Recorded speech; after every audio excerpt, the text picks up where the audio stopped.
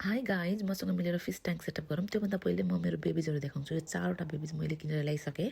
So उनीहरूको लागि नयाँ घर बनाऊँ ल। फर्स्टमा हामीलाई यो ग्राभल चाहिन्छ। मैले चाहिँ मिक्स कलरको लिएको थिएँ।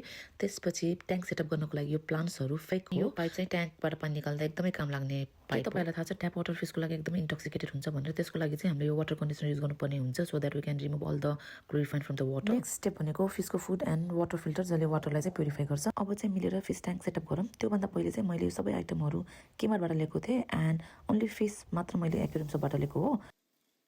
ग्राभल हालिसकेपछि हामी ग्राभल सेटअप गर्छौँ। लो मैले यहाँनिर एउटा कुरा बिर्सेँ। यो चाहिँ सबै कुराहरू वास गरेर हामीले ट्याङ्कमा राख्नुपर्ने हो। अब मे बिङ मे म बिर्सेछु। सो होपफुली त्यो वाटर कन्डिसनरले चाहिँ काम गरोस्। And after setting of the gravel and plants look everything कस्तो राम्रो देखिरहेको थियो। एन्ड मैले वाटर कन्डिसनर युज गरेँ एन्ड फिल्टर पनि लगाइसकेँ। अब पालो थियो फिसको। अब उनीहरूले नयाँ घर पाइसकेपछि look at them so excited. अनि एउटा कुरा यसमा चाहिँ डिफ्रेन्ट लाइट सेटअप पनि अलरेडी आउँछ and my fish are enjoying. यति भन्दै आजको भिडियो यहीँ समाप्त गरेँ। बाई।